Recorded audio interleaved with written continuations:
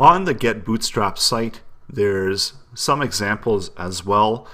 So when you select Bootstrap theme, it actually opens up a really good sample of all the different available classes that are available within Bootstrap. So in the previous lesson we had talked about how to add in buttons, and we're going to get into more detail. So the initial structure of Bootstrap is going to be 6 different colors. There's a default, primary, green, light blue, kind of an orange, and then a red. And then there's nulled version. And you're going to see these colors being repeated over and over again in multiple different assets that are available within Bootstrap. So here they are again, the green, yellow, red, blue. And within this lesson, what we want to talk about is the grid system. So the grid system is 12 columns across by default, and you can do variations of those 12 columns. And as well, you're setting the column, you're also selecting the size. So when you are designing with Bootstrap, it's a mobile first strategy. So you have to determine what is most important and design for smaller widths first, and then add in different elements as the size of the screen increases. So we can see here that these call MD4s, even though that there's 3 of them across, when I shrink this page down, they actually end up automatically stacking one on top of the other. And this is what it's going to look like in a mobile viewpoint. And this is what you've got to consider when you're starting to work with the grid system, how you want it to look like on the small screen, and then work up from there. So let's open up our editors and start adding in some Bootstrap. So now that we've got Bootstrap enabled, we checked it with that button, I can actually get rid of this. And I'm going to encompass this hello world into a container. So a container is a default container for contents for Bootstrap. And I'm just going to do class equals, and I'm also going to actually get rid of this and I'll work on my local Bootstrap files. And so for container, we actually have 2 options. We can do container, or we could do a fluid container.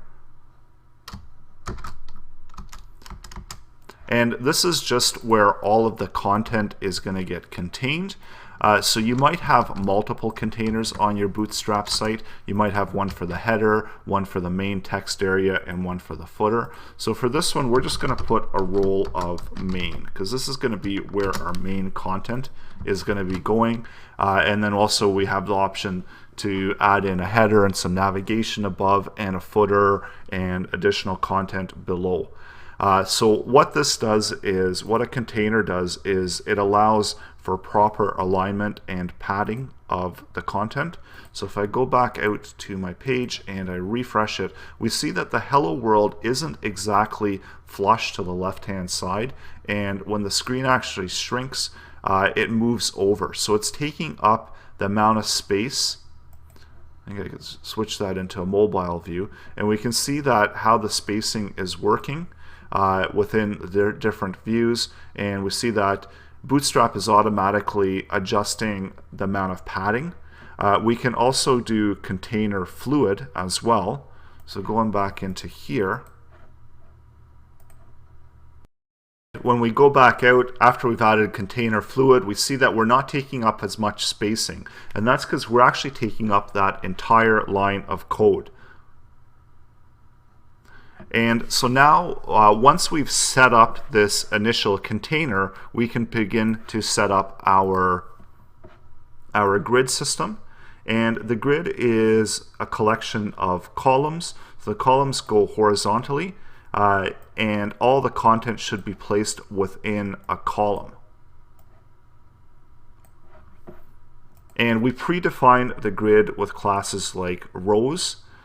So if I wanted to create a row, I would do class row, and this begins to set up my grid, where I'd have multiple rows, and it is a table-like idea. So previously prior to, in the early days of web development, we used to use tables to structure and position different items within the web page. So now we've got Bootstrap, which is doing the same thing but a lot smarter. So if I wanted to add in a few more divs, and I'm just going to do class equals column, and I'm just going to do I'm going to stack it for a medium sized screen, and we're going to look at the sizing in just a second as well. And the number that you're working with Bootstrap by default is 12. So if I wanted to have 2 columns and I wanted to have them go entirely across, I'm going to get rid of this fluid as well so that it's a fixed width container. So this is going to give me 2 columns, and I'm just going to add in some colors into there and add some styling here.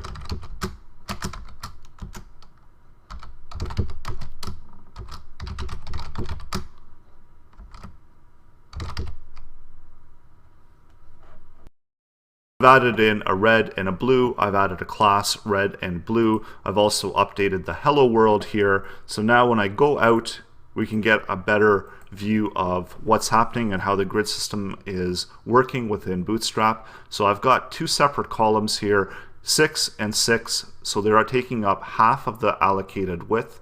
And when I actually shrink the device down, so again, depending on the size of the screen, once they get to a certain point, they're actually going to stack.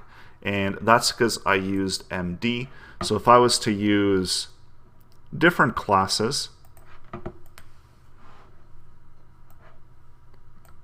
so I'm going to just duplicate this, and I'm going to use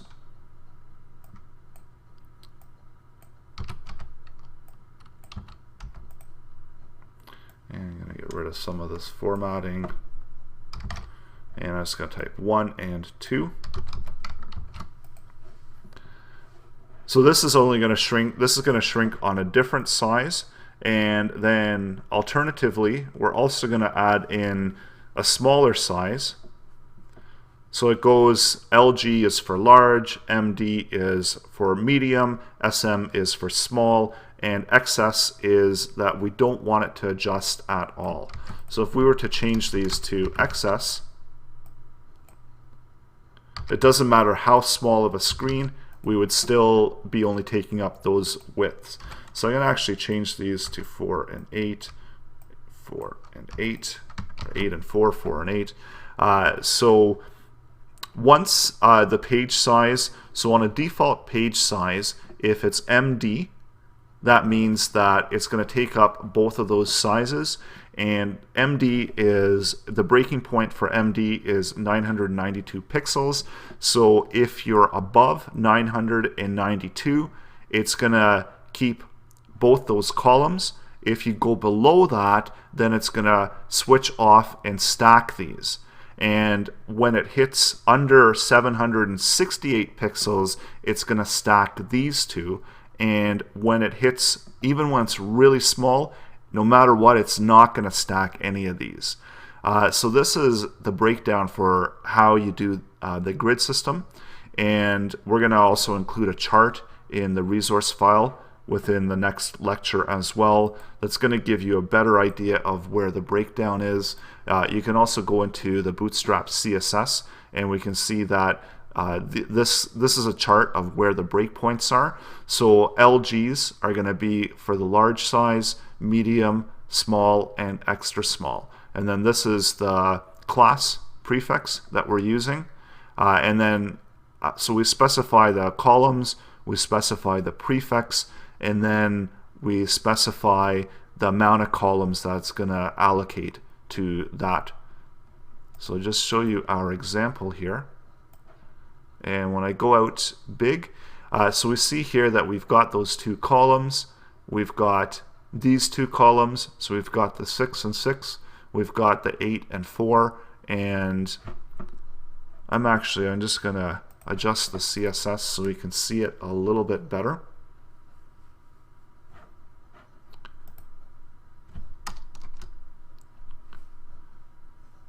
And I'm going to just put a height here for the row. And I'll put 100 pixels. Go back out and refresh it.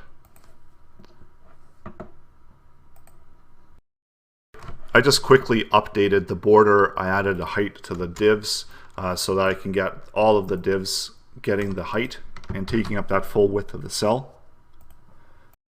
So going back out, refreshing the page, we get this, and we can now see a better example of where the cells are. And as we shrink it down, once we hit that point for medium, so right now we're seeing the pixel width there, but once we go below 992,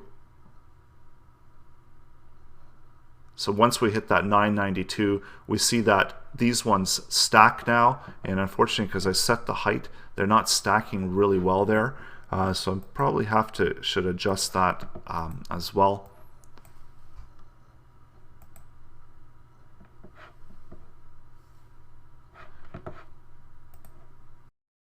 I just did a quick update to the CSS, and now we can see the stacking is working a bit better. I just set the I gave them all classes instead of working off of the div. So now when we shrink down, and once we get less than 768, we're going to see that these two are going to stack. So those ones have stacked, these ones have stacked because the size is different, and we're going to continue to shrink it down and see that the bottom ones, no matter how small the screen size is, it still takes those correct proportions. So this one is, this is two-thirds, and this is 1/3, and it's always going to be equal in width, because this was 4 and that's 8. And these ones had already stacked because we shrank the screen less than the allocated size. And that's how the grid system works in Bootstrap. And then there's also some advanced grid functions that we're going to get into the next lesson as well.